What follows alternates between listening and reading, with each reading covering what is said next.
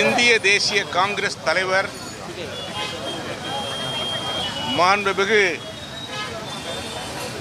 இந்திய அரசின் எதிர்க்கட்சி தலைவர்களில் ஒருவரும் காங்கிரஸ் தலைவருமான மல்லிகார்ஜுன கார்கே அவர்கள் 8ஆம் தேதி தன்னுடைய சுற்றுப்பயணத்தின் ஒரு பகுதியாக மாபெரும் மக்கள் திரள் நிகழ்ச்சியில் கலந்து கொண்டு உரையாற்றி திரும்பிய பிறகு மத்திய பிஜேபி அரசின் கைக்கூலிகள், ஆர்எஸ்எஸ் இயக்கவாதிகள்,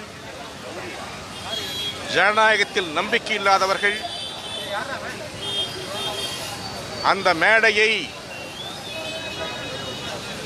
சுத்தம் செய்வதாக சொல்லி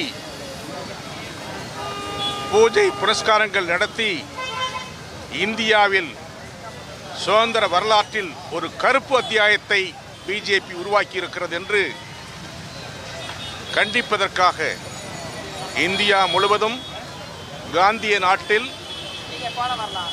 தீண்டாமை கொடுமையை இன்னும் நிறைவேற்றி கொண்டிருக்கிற ஒரு அரசின் தலைமையை கண்டித்து காங்கிரஸ் தோழர்கள், நண்பர்கள் எல்லா மாவட்ட தலைநகரங்களிலும் இன்றைக்கு இந்த அமைதி சத்தியாகிரக போராட்டத்தை, கண்டனத்தை தெரிவிப்பதற்காக, மத்திய அரசுக்கு நினைவூட்டுவதற்காக இந்த அறப்போராட்டத்தை நடத்துகிறோம்.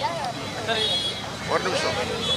இந்த அறப்போராட்டத்தின் மூலம் இந்தியாவில் ஒரு உயர்ந்த பதவியில் இருப்பவருக்கு, அதுவும் சட்ட அந்தஸ்து பெற்ற தலைவருக்கு நிகழ்ந்த கொடுமை என்பது மன்னிக்க முடியாத ஒரு மாபாவம் என்பதை நான் சுட்டிக்காட்ட விரும்புகிறேன். அவர் தலித் என்பதால் காங்கிரஸ் கட்சி தலைவராக வரவில்லை. அவர் தலித் என்பதால் இந்தியாவுடைய ஆளுமையில் இருக்கிற அண்ணல் அம்பேத்கர் வழங்கிய சட்ட நீதியின்படி மேலவை, நாடாளுமன்ற மேலவை தலைவராக இருக்கிறார். பிரதமருக்கு அடுத்த பொறுப்பில் இருக்கிற அதிகாரம் பெற்றிருக்கிறார். அதை இந்திய அரசு வழங்கி இருக்கிறது. அவருக்கே இந்த கொடுமை என்றால் இந்த நாட்டின் ஏழை மக்களுக்கு, தாழ்த்தப்பட்ட மக்களுக்கு என்ன கொடுமையை பிஜேபி அரசுக்கு எதிர்காலத்திலும் நிகழ்காலத்தில் வழங்கும் என்பதற்கு இதுவே பெரிய சாட்சி. ஆகவே அதை கண்டிக்கிறோம், வன்மையாக கண்டிக்கிறோம். சட்ட ரீதியாக அவர்கள் நடவடிக்கை எடுக்க வேண்டும் என்று சொல்லுகிறோம். அதைத்தான் இங்கே நாங்கள் பிஜேபி அரசை, அதை நடத்துகிற ஆர்எஸ்எஸ் கட்சியை, ஆர்எஸ் இயக்கத்தை தடை செய்ய வேண்டும் என்று கோரிக்கை வைத்திருக்கிறோம். இந்தியா முழுவதும் இது போன்ற கொடுமைகள் மேல் நடக்கா வண்ணம் செய்வதற்கு உடனடியாக அவர் பிஜேபியாக இருந்தாலும் சரி, ஆர்எஸ்ஆக இருந்தாலும் சரி, அந்த நபர்கள் அத்தனை பேரையும் கைது செய்ய வேண்டும், சட்டத்தின் முன் நிறுத்த வேண்டும், உரிய தண்டனை வழங்க வேண்டும்.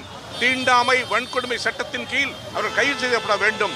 அதற்கு ஆதரவாக யார் இருந்தாலும் அவர்களும் கைது செய்யப்பட வேண்டும் என்ற கோரிக்கையை நாடு முழுவதும் இங்கே வைக்கிறோம். இதன் மூலம் இந்தியாவில் மீண்டும் இன்றைக்கு காங்கிரஸ் கட்சி இருந்தால் இந்த நிலை வந்திருக்காது. காங்கிரஸ் கட்சி இல்லாத நேரத்தில்தான் இந்தியாவில் அத்துணை கொடுமைகளையும் நிகழ்த்தி கொண்டிருக்க பிஜேபி அரசு விரைவிலே வெளியேறும். மீண்டும் தலைவர் ராகுல் காந்தி தலைமையிலே, தலைவர் மல்லிகார்ஜுன அவர்கள் தலைமையிலே நல்லாட்சி அமைவதற்கு நாங்கள் முயற்சி எடுப்போம் என்பதை தெரிவிக்கிறோம். சார், இந்த சம்பவம் நடைபெற்று 3 நாட்களாகியும் இதுவரை பிரதமரோ உள்துறை அமைச்சரோ எந்த விதமான எதிர்ப்பையும் தெரிவிக்கல. சம்பந்தப்பட்ட மாநில முதலமைச்சரும் எந்த நடவடிக்கையும் எடுக்காமல் அமைதி காத்துட்டு வராரு. மாநில முதல்வர் இதற்கு ஆதரவு தெரிவிக்கிறார். அவர் அரசியல் சட்ட நெறிமுறைகள் படி மாநில முதல்வராக இருப்பதற்கு தகுதியற்றவர். அவர் முதலில் கைது செய்யப்பட வேண்டும். அதேபோல மத்திய அமைச்சர் அமித்ஷா அவர்கள் உள்துறை அமைச்சராக இருக்கிறார். அவர் இது நடவடிக்கை எடுக்கவில்லை.